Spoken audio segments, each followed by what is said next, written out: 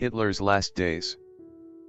At the end of the Second World War, various members of Hitler's personal staff, who had been with him in the bunker during April 1945, were interrogated by Allied officers seeking to establish beyond possible doubt that Hitler had died. Their questioning concentrated on the events that took place in the bunker during the last days of April. Preparations for death. In the early hours of April 28, Hitler dictated his will, in the form of a political and personal testament, to Gertrude Jung, who was one of his secretaries. Soon afterwards, Hitler and his mistress Eva Braun were married. A party followed to celebrate the occasion. According to Hitler's personal secretary, Gerda Christian, Hitler talked mostly of the past and of happier times. However, he admitted to her that he knew the war was lost. He added that he would never allow himself to be taken prisoner by the Russians but intended to shoot himself. He confided to Gertrude Jung that the wedding had been an emotional experience, but that for him death would only mean a personal redemption of his many worries and of what had been a very difficult life.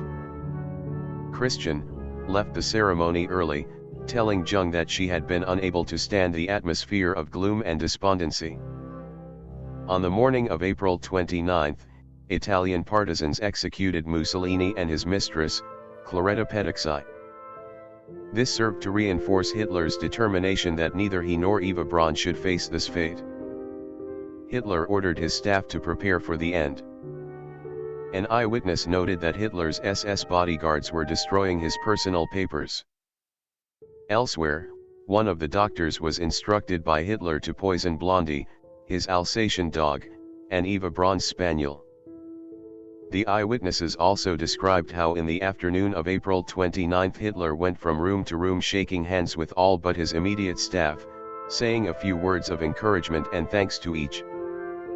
By the morning of April 30 Russian forces had reached the nearby Potsdamer Platz and the sounds of battle were all around. One version on record suggests that Eva was overheard crying, "I would rather die here. I do not want to escape." She and Hitler later emerged from their suite, their personal staff having been assembled, and went round the room shaking hands silently. Everyone knew that the time had come. Jung recalled that she and Christian both asked Hitler for a poison capsule, having noted the rapid effect that the poison had had on Hitler's dog. Hitler gave them one each, saying as he did so that he was sorry he had no better parting gift and that he wished his generals had been as poised and brave as they were. Eva embraced Jung and, in what seems to have been her last recorded words, said, "Take my fur coat as a memory. I always like well-dressed women." Then, saying "It is finished, goodbye," Hitler took Eva back into their rooms for the last time. During the afternoon Hitler shot himself and Eva took the poison capsule that he had given her. Disposal of the bodies. Soon afterwards, their bodies were carried up the stairs to a small garden outside the door to the bunker complex. Hitler's driver, another of those interrogated, helped carry Eva's body some of the way and noted that once there it was placed on the ground beside Hitler's. Moments later, the same witness saw a party including Goebbels and Bormann gathered beside the bodies. One of them poured petrol from a can over the bodies. They then retired to the safety of a doorway with the sound of Russian artillery all around them.